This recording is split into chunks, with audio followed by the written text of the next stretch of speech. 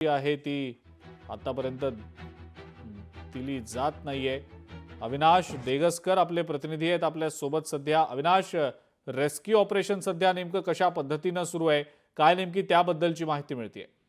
अजिंक्य, आज दिवसभरात पावसाने मुंबईला झोडपून काढलेले आणि त्यात अचानक संध्याकाळी ही मोनो रेल बंद पडलेल्याची माहिती आलेली आहे। अंदाजे 1 तासभर झाला ही चेंबूर ते भक्तिबाग दरम्यान ही तांत्रिक बिघाडामुळे बंद रेल्वे मोनो रेल बंद पडलेली आहेत आणि प्रवाशांचे अक्षरशः हाल झालेले आहेत। पण मुंबई महानगरपालिकेच्या मुंबई अग्निशमन दलाचं मदत कार्य तिकडे चालू झालेलं आहे आणि महत्त्वाचं मध्ये ही मोनो रेल तिकडे थांबलेली आहे। तिकडे कुठेही जमिनीवर उतरण्यासाठी कुठल्या शिडीचा उपयोग नाहीये किंवा कुठला प्लॅटफॉर्म नाहीये, त्यामुळे रेस्क्यू करताना अडचण येते। स्वतः मुंबई फायर ब्रिगेडची टीम तिकडे पोहोचलेली आहे। जगाजीचं नाव आहे अशी मुंबई फायर ब्रिगेडची टीम तिकडे आहे। यासाठी प्रामुख्याने म्हणजे तुम्हाला तिकडे हायड्रोलिक शिडीचाच वापर केला जातो आणि त्यानंतर तिकडे फायर ब्रिगेडची तिकडे टीम पोहोचलेली आहे। फायर ब्रिगेडची टीम तिकडे प्रामुख्याने हायड्रोलिक शिडीचा वापर करून प्रत्येकाला रेस्क्यू करण्यासाठी खाली उतरवण्यासाठी प्रयत्न चालू झालेला आहे। हे दरवाजे आहेत ते आतून जेव्हाही ट्रॅकवर प्लॅटफॉर्म असतात तेव्हाच हे आतून ओपन इमर्जन्सी डोर ओपन केले जातात। मेट्रो असू दे किंवा मोनोरेल असू देत, दोन्हीकडे सिच्युएशन एकच असते। हे रनिंग सिच्युएशन मध्ये असताना किंवा कुठेही मध्यंतरी अडकलेली असताना हे इमर्जन्सी गेट ओपन केले जात नाहीत किंवा होत नाहीत। त्यावेळेला फायर ब्रिगेडची टीम किंवा जी रेस्क्यू टीम तिकडे पोहोचलेली असते तिकडे हायड्रोलिक शिडीची आणि वरती जाते, त्या दरवाज्यावर जाते आणि दरवाजेला हायड्रोलिक कटर असतात, कटर किंवा प्रेशर असतो, त्याने ते दरवाजे इमर्जन्सी मध्ये बाहेरून ओपन केले जातात। महत्त्वाचं म्हणजे सगळे सफोकेशन मध्ये अडकलेले आहेत, एसी बंद पडलेला आहे त्याची माहिती मिळाली, त्यामुळे आतमध्ये तुम्हाला रेस्क्यू करताना मोठा त्रास होऊ शकतो। आत लोकांचे प्रवाशांचे प्रामुख्याने हाल होतात कारण दरवाजे बंद आहेत, एसी चालू नाही आहेत, आतून कुठेही हवा खेळती राहत नाही। यासाठी यांना लवकरात लवकर बाहेर काढण्यासाठी फायर ब्रिगेडची टीम तयार झालेली आहे आणि त्यांना रेस्क्यू हायड्रोलिक शिडीच्या मदतीने खाली उतरण्यासाठी प्रयत्न केलेले जातात। त्यासोबतच फायर ब्रिगेडच्या कॉलने त्याला आजूबाजूचे जे हॉस्पिटल्स आहेत त्यांना इमर्जन्सी राहण्यासाठी प्रयत्न केलेला आहे कारण सफोकेशनचा त्रास महत्त्वाचा असतो। सफोकेशन मध्ये कोणालाही गुदमरून त्यांना त्रास होऊ शकतो किंवा इतर व्याधी होऊ शकतात, त्यामुळे त्यांना लवकरात लवकर हॉस्पिटलमध्ये कसं पोहोचवता येईल यासाठी फायर ब्रिगेडच्या स्वतः हॉस्पिटल तिकडे ॲम्ब्युलन्स पोहोचलेल्या आहेत त्या आणि त्यासोबत अधिक मदतीसाठी अधिक माहितीसाठी फायर ब्रिगेडच्या टीम तिकडे मोठ्या प्रमाणावर पोहोचवण्याचा प्रयत्न करतात। अंदाजे आज जरी लवकर सोडण्यात आलं असेल किंवा आज जरी सुट्टी घोषित केली असली तरी मुंबईकरांना तिकडे ह्या मोनोरेलमध्ये अंदाजे एक 200 ते 300 प्रवासी त्यात असू शकतात अशी माहिती मिळते आणि हायड्रोलिक शिडी या हवेच्या जेव्हा जोरदार हवा असते किंवा पावसाळ्याच्या वेळेला त्यालाही नियंत्रित ठेवत फायर ब्रिगेडचे जे कर्मचारी असतात त्याला प्रत्येकाला रेस्क्यू करत खाली उतरवण्याचा प्रयत्न करतात। थोडा उशीर लागेल त्याला पर्याय नसतो कारण हवेचा झोत असतो तो सांभाळून ही हायड्रोलिक शिडी काम करत असते आणि त्या शिडीच्या सहाय्याने प्रत्येकाला खाली उतरवण्याचे प्रयत्न चालू झालेले आहेत। प्रश्न एवढाच राहिला की आतमध्ये जे सफोकेशन मध्ये त्रासलेली लोक आहेत त्यांना तेवढा थोडा त्रास सहन सध्या तरी करावा लागेल असं वाटतं, पण प्रत्येकाला ही मुंबई फायर ब्रिगेडची टीम खाली उतरवण्याचा प्रयत्न करते। अजिंक्य, अविनाश, आणि या सगळ्याला आणखी नेमका किती वेळ लागू शकतो आणि आतापर्यंत किती प्रवाशांना सुखरूपपणे खाली आणण्यामध्ये अग्निशमन दलाला यश आलेलं आहे? काही आकडेवारी या संदर्भातली समजतीये का? काही ठोस माहिती समजू शकलेली आहे का? आतापर्यंत जी माहिती आली त्या माहितीनुसार अंदाजे 30 ते 40 लोकांना प्रवाशांना या मोनो ट्रेनमधनं खाली उतरण्यासाठी प्रयत्न चालू केलेले आहेत आणि त्यांना जवळच्या हॉस्पिटलमध्येही नेण्यात आले अशी माहिती मिळते। पण प्रवाशांची संख्या पाहता याला अजून एक तासभर लागू शकतो आणि त्यानंतरच त्या लोकांना रेस्क्यू केल्यानंतरच रेस्क्यू करण्यासाठीच मोठ्या प्रमाणात फायर ब्रिगेडच्या गाड्या तिकडे दाखल झालेल्या आहेत। प्रवासी संख्या जास्त असल्या कारणाने जे व्हिज्युअल्स मध्ये दिसतात उभे स्टँडिंग प्रवासी आहेत किंवा जे प्रवास करणारे प्रवासी होते त्यांना रेस्क्यू करण्यासाठी अंदाजे 1 ते 1.5 तास अजून लागू शकतो ही माहिती आपल्या हाती आली। अविनाश, सध्या प्रशासनाच्या वतीने या संदर्भातले काही अपडेट्स देण्यात आलेले आहेत कारण साधारणतः किती प्रवासी मोनोरेलमध्ये अडकलेले होते आणि किती जणांना आतापर्यंत बाहेर काढण्यात यश आलेलं आहे? अंदाजे ह्या मोनोरेलची कॅपॅसिटी आहे त्या अंदाजाने 301 प्रवासी त्यात प्रवास करू शकतात अशी माहिती आहे आणि त्यातील अंदाजे 30 ते 40 जण प्रवासी आहेत त्यांना रेस्क्यू करण्यात आलेलं आहे। फायर ब्रिगेडची टीम आहे तिकडे घटनास्थळी दाखल झालेली आहे, हायड्रोलिक शिडीचा वापर करते, हायड्रोलिक कटर त्यांनी आणलेले आहेत आणि सोबतच हवेचा झोत किंवा पाऊस सांभाळून यांना रेस्क्यू करण्याचं मोठं आव्हान असतं। काचेचा एक इमर्जन्सी ब्रेक दरवाजा असतो किंवा एक काच असते ती ब्रेक केली करण्यात आलेली आहे किंवा ती बाजूला काढण्यात आलेली आहे आणि त्याच्या साह्याने त्यांना रेस्क्यू करण्याचा प्रयत्न करतात. फायर ब्रिगेडची टीम आहे ते हायड्रोलिक सिटीच्या जाऊन ती अगदी मोनोरेलच्या जवळ घेऊन गेलेली आहे आणि प्रत्येकाला एक एक रेस्क्यू करून खाली उतरवण्याचा प्रयत्न सुरू झालेला आहे. अविनाश, खरं तर मुंबईसाठी मोनोरेल हा एक महत्त्वाचा प्रोजेक्ट आहे आणि अचानक वीज पुरवठा नेमका कसा खंडित झाला आणि अचानक ही परिस्थिती कशी काय उद्भवली? याचा आता अचानक म्हणण्यापेक्षा आज जो 2 दिवस जो पावसाचा जोर जास्त होता, जोरदार पाऊस होता, अनेक ठिकाणी पाणी साचलेलं होतं, त्यामुळे नक्की त्याचा ट्रेनवर परिणाम झालेला होता, वाहतुकीवर परिणाम झालेला, रोड वाहतुकीवर परिणाम झालेला होता. त्यासोबतच आता ह्या मोनोरेलला त्याचा फटका लागलेला आहे. त्यामुळे अचानक कशी गेली वीज कशी गेली हे आता सध्या तरी सांगता येत नाही, पण जोरदार पावसाचा फटका यालाही देखील झालेला आहे.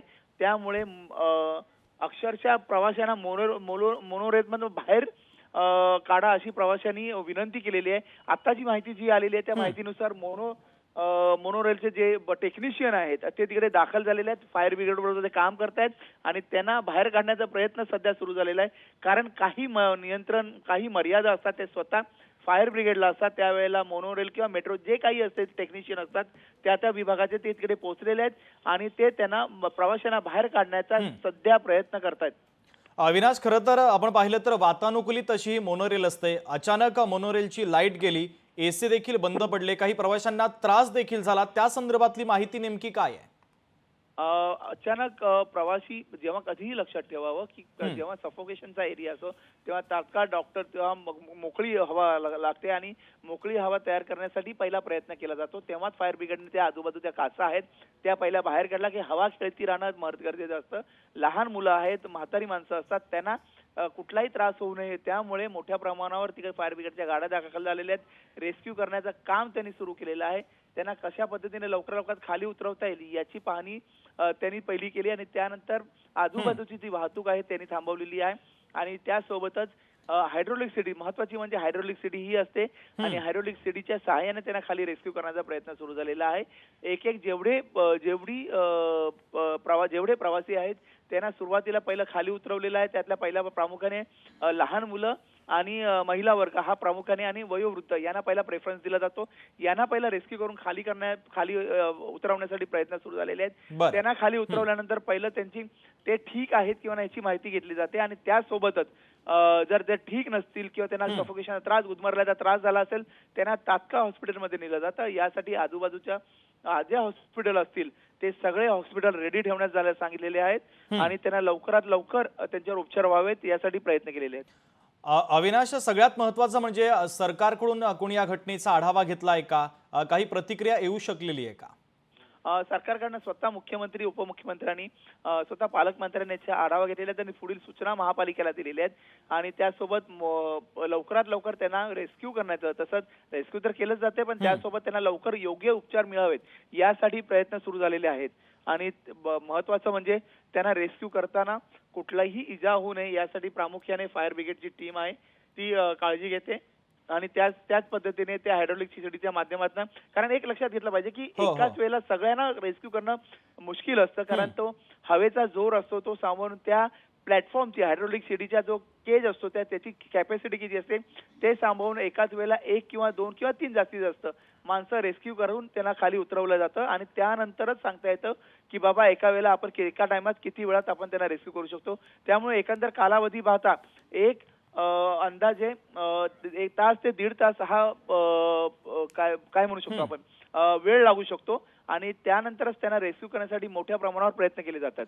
अगदी. अविनाश सर, काही दृश्य देखील आपल्यापर्यंत पोहोचतायत. त्या दृश्यांमध्ये असं दिसतंय की मोनोरेलच्या काचेतून आपल्याला हे प्रवासी दिसतायत आणि ते चक्क आम्हाला बाहेर काढा असं म्हणत हात जोडताना देखील दिसतायत.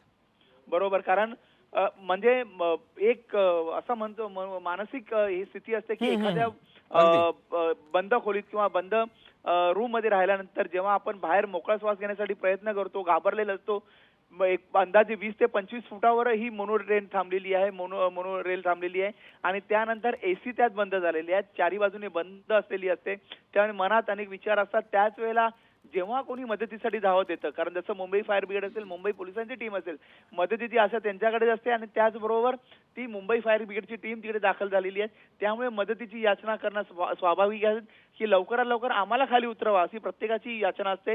पण तरी पण एक ठराविक माणुसकी म्हणता येईल किंवा एक प्रेफरन्स म्हणता येईल, लहान मुलं आणि वयोवृद्ध आणि महिला यांना पहिलं खाली उतरण्यासाठी प्रयत्न सुरू करतात आणि त्यासोबत प्रत्येकाला खाली उतरवण्यासाठी मुंबई फायर ब्रिगेडची टीम तिकडे दाखल झालेली आहे.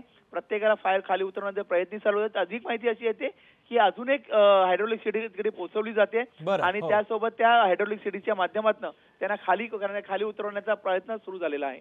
अविनाश, आपण पाहतोय अग्निशमन विभागाचे कर्मचारी सध्या रेस्क्यू करत आहेत, मात्र पोलीस प्रशासनाची त्यांना मदत होते आहे का? पालिकेचे डिव्हिजन ऑफिसचे काही कर्मचारी त्या ठिकाणी पोहोचलेले आहेत का? पुन्हा एकदा प्रश्न विचाराल आपण?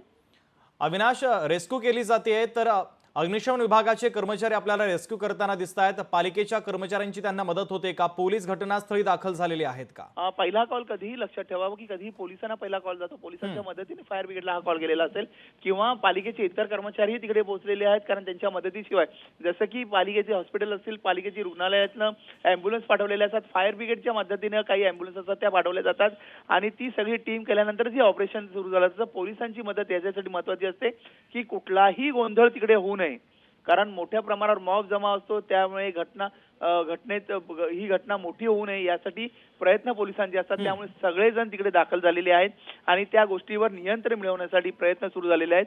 आणि जर तुम्ही लक्ष द्याल तर प्रत्येक जण मदतीची याचना करतो की आम्हाला लवकरात लवकर बाहेर काढण्यात यावं. मात्र मुंबई फायर ब्रिगेडची टीम आहे, त्यामुळे कोणीही काळजी करू नये एवढं मी सांगू शकतो, कारण त्यांचा अनुभव पाहता किंवा त्यांनी केलेले प्रयत्न पाहता प्रत्येक जण बाहेर पडण्याचा प्रयत्न जरी करत असेल तरीही तुम्हाला उंचीची काळजी करून सांभाळून किंवा दुसरी कुठली घटना घडू नये म्हणून यासाठी मुंबई पोलीस आणि मुंबई फायर ब्रिगेडची टीम पूर्णपणे तिकडे सक्षम आहेत. आपल्या नियमाप्रमाणे जे बसतील त्या पद्धतीने त्यांना रेस्क्यू करण्यासाठी मुंबई फायर ब्रिगेडची टीम तिकडे दाखल झालेली आहे आणि त्यांना वेळोवेळी जशा पद्धतीने असेल त्या पद्धतीने त्यांना खाली उतरवण्याचा प्रयत्न करेल. अविनाश, काही वेळापूर्वी तुम्ही बोलताना असं म्हटलं होतं की मोनोरेलमध्ये अडकलेल्या प्रवाशांना वैद्यकीय गरज देखील अपेक्षित असते आणि ती लागू शकते, आणि आता एक महत्त्वाची अपडेट समोर येते, पालिकेनं घटनास्थळी एक वैद्यकीय पथक पाठवलेलं आहे, त्या संदर्भात काय अपडेट द्याल? पालिकेनं जवळच्याच हॉस्पिटलमध्ये हे वैद्यकीय पथक तिकडे दाखल झालेलं आहे. त्यासोबत मगाशी सांगितल्याप्रमाणे स्वतः तिकडे टेक्निशियन, मोनो ट्रेनचे टेक्निशियन तिकडे स्वतः दाखल झालेले आहेत आणि ही ट्रेन कशी चालू किंवा रेस्क्यू करण्याच्या अगोदर कशी चालू करण्याचा प्रयत्न करता येईल यासाठी लक्ष देत आहेत. आणि त्यासोबत स्वतः प्रशासनाने किंवा पोलिसांनी स्वतः सांगितलेलं आहे की तुम्ही ह्या काचेपासून किंवा त्या दरवाजापासून लांब राहा, कारण ज्याने रेस्क्यू करताना कुठलीही दुर्घटना घडू नये याची काळजी घेण्यासाठी प्रयत्न चालू झालेले आहेत. ठीक आहे अविनाश, मी तुमच्याकडे पुन्हा एकदा येईलच, मात्र काही महत्त्वाचे अपडेट या दुर्घटनेच्या संदर्भातले समोर येत आहेत, आपण ते प्रेक्षकांना देऊयात. चेंबूर ते भक्ती पार्क दरम्यान ही मोनोरेल बंद पडलेली आहे. सध्या अग्निशमन विभागाचे कर्मचारी या ठिकाणी दाखल झालेले आहेत, काही अँब्युलन्स देखील खाली उपस्थित आहेत आणि आता प्रवाशांना सुखरूपपणे बाहेर काढण्याचे प्रयत्न केले जात आहेत. लोकशाही मराठी ऐका, पहा, जागरूक रहा.